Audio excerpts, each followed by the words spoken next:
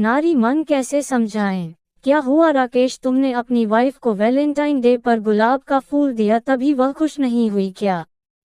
गोविंद ने राकेश को देखकर कहा, क्योंकि राकेश आज ऑफिस में देर से आया था और उदास भी था। राकेश को चुप देखकर गोविंद ने ही खुद कहना शुरू कर दिया, सच इन औरतों को समझना और इनका प्यार करना बहुत मुश्किल है। मेरी पत्नी रेखा भी मुझसे कभी खुश नहीं रहती है। मैं उसे खुश रखने की कितनी कोशिश करता हूँ लेकिन कोई ना कोई कमी रह जाती है। आज ऑफिस में राकेश जब बहुत उदास था तो उसके दोस्त गोविंद ने उससे पूछा कि क्या बात है। दोस्त, कल वैलेंटाइन डे था, तभी तुमने अपनी पत्नी को गिफ्ट भी दिया था, तब भी क्या वह खुश नहीं है? तब राकेश ने हंसकर कहा, बिल्कुल सही कह रहे हो दोस्त, इन औरतों को समझना भी मुश्किल है और इनसे प्यार पाना भी मुश्किल है। मैं जब भी अपनी पत्नी मीना को प्यार करता हूँ तो वह खुश नहीं होती। जब ज्यादा प्यार करता हूँ तब भी खुश नहीं होती है, कम प्यार करता हूँ तब भी खुश नहीं होती है। मुझे तो अब समझ नहीं आता है कि मैं उसे कैसे खुश रखूं। राकेश और गोविंद की बात उसे ऑफिस की सीनियर स्टाफ लीला मैडम सुन रही थी और उन्होंने राकेश और गोविंद को बुलाकर कहा, आप दोनों परेशान मत होइए। वैसे मैं भी एक स्त्री हूँ, इसलिए कह रही हूँ कि स्त्रियों को समझना इतना आसान नहीं है और ना ही उनसे प्यार पाना आसान है। उनके दिल में तभी बस पाओगे जब वह स्त्री तुम्हें प्यार करेगी।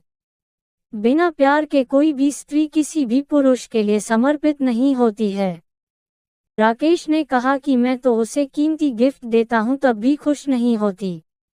राकेश की बात पर गोविंद ने भी कहा कि लीला मैडम, मैं भी उसे हमेशा खुश रखने की कोशिश करता हूँ, बाहर घूमने ले जाता हूँ और उसे नई नई साड़ी दिलवाता हूँ, लेकिन फिर भी वह खुश नहीं होती है। क्या करूं? इस पर लीला मैडम ने अपने अनुभव बताना शुरू किया।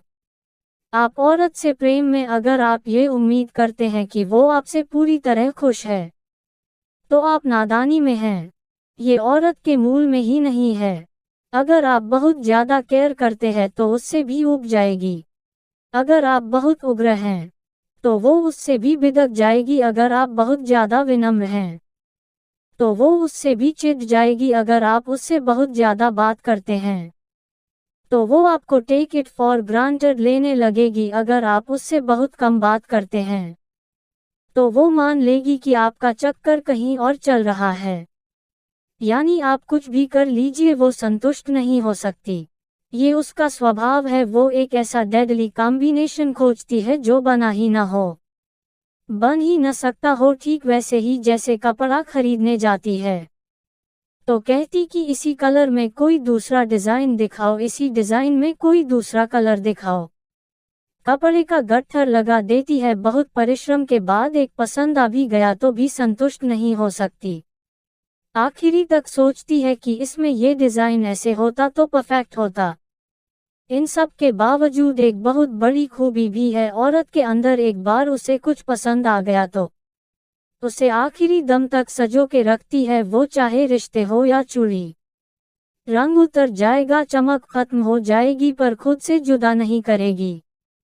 बस यही खूबी औरत को विशिष्ट बनाती है। लीला मैडम की बात सुनकर राकेश और गोविंद समझ गए कि अगर उनकी पत्नी उन्हें प्यार करेगी तभी वह खुश रहेगी। इसके लिए जरूरी है कि पत्नी का सम्मान किया जाए और उससे छल ना किया जाए और झूठ ना बोला जाए। साथ ही उसे सच्चा प्यार किया जाए, तभी पत्नी खुश रहेगी। आज लीला मैडम ने स्त्री के मां के का सच बता दिया था, जिससे राकेश और गोविंदा की शादीशुदा जिंदगी बहुत ही खुशहाल हो गई। सच में स्त्री को पैसा रुपया गिफ्ट नहीं चाहिए, उसे तो पति का सच्चा प्यार और सम्मान चाहिए।